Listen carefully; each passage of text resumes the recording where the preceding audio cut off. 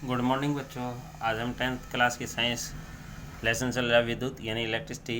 तो टॉपिक है अपना, क्योंकि कल हमने पढ़ा था ओम्स का ओम नियम, ओम का लॉ। तो उस लॉ के अंदर आपने ये पढ़ा था कि जो V है यानी पोटेंशियल डिफरेंस है वो डायरेक्टली प्रोपोर्शनल टू I, और जब प्रोपोर्शनलिटी का साइन हटाया अनुक्रमात्मक तो R लगा दिया था। R क्या था? रेजिस्टेंस यानी प्रतिरोध।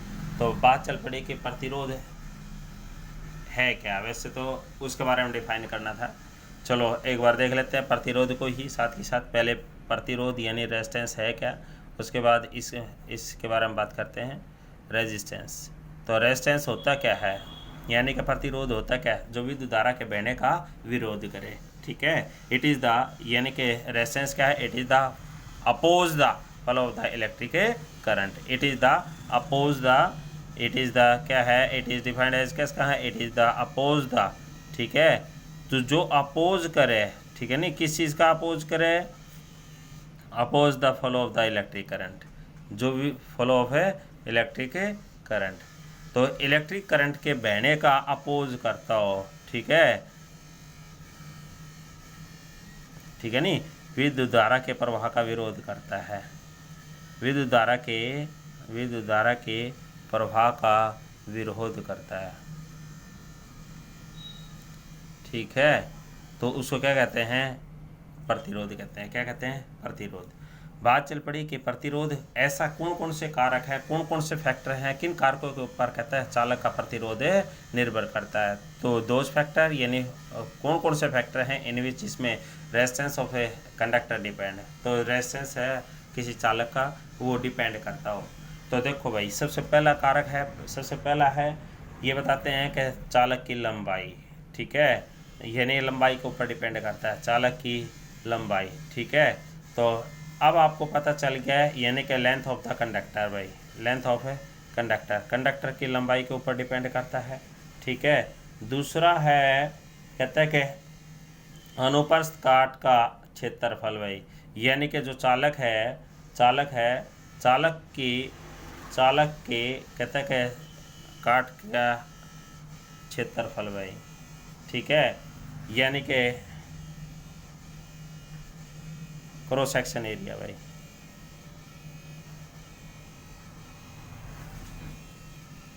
Area of conductor. ठीक है, यानी चालक की अनुप्रस्थ काट का क्षेत्रफल। तो तीसरा है, तीन कारकों के ऊपर डिपेंड करता है। तीसरा है पदार्थ की, यानी चालक के पदार्थ की प्रकृति के ऊपर है, पदार्थ की प्रकृति पर। ठीक है, यानी कि नेचर ऑफ सब्सटेंस, मैटर कैस कहाँ। ठीक है नहीं, तो देखो कैसे, ये तो अलग ही बात होगी, क्योंकि देखो हर का कंडक्टिविटी जो है, चालक की प्रकृति अलग अलग होती है। भाई nature of the substance different different होता है। तो आपने पढ़ा है कि सबसे ज़्यादा जो कंडक्टिविटी है यानी कि कॉपर तांबे के अंदर बताते हैं। ठीक है नहीं, एज कम्पेयर टू कहता है कि आयरन। तो इसका मतलब ये हुआ कि जो तांबा है, तांबा गुड कंडक्टर है। ठीक है, वैसे आपने ये पढ़ा है कि लेंथ, देखो भाई लंबाई आपने पढ़ा है कि रेजिस्टेंस जो है, resistance is directly proportional to the length of the conductor, यानी कि लेंथ ऑफ द कंडक्टर। यानी जैसे जैसे कहता है चालक की लंबाई, चालक तार की लंबाई बढ़ा दी जाए तो रेजिस्टेंस भी कहता है कि रेजिस्टेंस भी क्या हो जाएगा? बढ़ जाएगा। यानी resistance increase with increase the length. जैसे जैसे लंबाई बढ़ा दी जाए, चालक तार की लंबाई बढ़ा दी जाए तो रेजिस्टेंस भी बढ़ता है। ठीक है, दूसरा कहता है अनुप्रस्थ काट के क्षेत्रफल, यानी क्रॉस सेक्शन एरिया के ऊपर भी डिपेंड करता है। तो R resistance is inversely proportional to the area. देखो भाई आपने भी पढ़ा है, जैसे क्या था कि देखो ये कहता है कि यदि हम रेजिस्टेंस, यानी रेजिस्टेंस का मतलब रुकावट पैदा करना, जो प्रवाह है, जो फ्लो है उसका अपोज करना। तो देखो जितनी लंबाई, आप मान लो कि आपके घर में है जो, जिसमें पानी चलता है ट्यूब के अंदर, नलकी है, तो मोटर से निकल करके जाती है, थोड़ी दूर प्रेशर जितनी कम नलकी होगी उतना प्रेशर ज़्यादा होगा। ठीक है, लंबाई बढ़ाते चले गए, छत पर ले गए, दूसरी छत पर ले गए, तो इसका मतलब क्या, लंबाई बढ़ती चली गई, प्रेशर क्या हो गया? कम हो गया, तो इसका मतलब रेजिस्टेंस ज़्यादा हो गया। तो कहते हैं कि लंबाई जितनी ज़्यादा होगी तो रेजिस्टेंस उतना ही ज़्यादा होगा। अब देखो यदि नल की थोड़ी सी मोटी लगा दी जाए, मोटा पाइप लगा दिया जाए, तो इसका मतलब क्या हो जाएगा, रेजिस्टेंस कम हो जाएगा। तो यदि क्रॉस सेक्शन एरिया इंक्रीज कर दिया जाए तो रेजिस्टेंस क्या होता है, कम होता है। तो इसलिए कहते हैं resistance is inversely proportional to the cross section area, यानी कि जो प्रतिरोध है वो अनुप्रस्थ काट क्षेत्रफल के व्युत्क्रमानुपाती होता है। क्या होता है, व्युत्क्रमानुपाती, याद रखना है आपने। तो देखिए अच्छा, नेचर का आपको पता चलेगा डिफरेंट सब्सटेंस का, यानी अलग अलग पदार्थों की अलग अलग कंडक्टिविटी होती है या रेजिस्टिविटी होती है, ठीक है। तो देखिए कॉमनली क्या कह सकते हैं, R is directly proportional to the length and inversely proportional to the cross section area. Resistance की डेफिनेशन ये भी याद कर सकते हैं, यानी कि क्या कहते हैं, प्रतिरोध की परिभाषा क्या हुई, प्रतिरोध किसी चालक तार के लंबाई के तो समानुपाती होता है, समानुपाती या अनुक्रमानुपाती कहते हैं, और कहते हैं जो अनुप्रस्थ काटक क्षेत्रफल है उसके व्युत्क्रमानुपाती होता है। Resistance is directly proportional to the length of the conductor and inversely proportional to the cross section area, यानी प्रतिरोध जो है वो चालक तार की लंबाई के अनुक्रमानुपाती होता है, और कहते हैं अनुप्रस्थ काट के क्षेत्रफल के व्युत्क्रमानुपाती होता है, ठीक है, क्रॉस सेक्शन एरिया के इनवर्सली प्रोपोर्शनल। साथ ही साथ आपने देखो यहाँ से प्रोपोर्शनलिटी का साइन हटाओगे तो आर इज इक्वल टू कोई ना कोई रो, क्या है, रो, ठीक है। तो प्रोपोर्शनलिटी कांस्टेंट यानी स्थिरांक बोलते हैं भाई, ठीक है, इसको क्या बोलते हैं, स्थिरांक कह सकते हैं, प्रोपोर्शनलिटी कांस्टेंट कहा जा सकता है, ठीक है।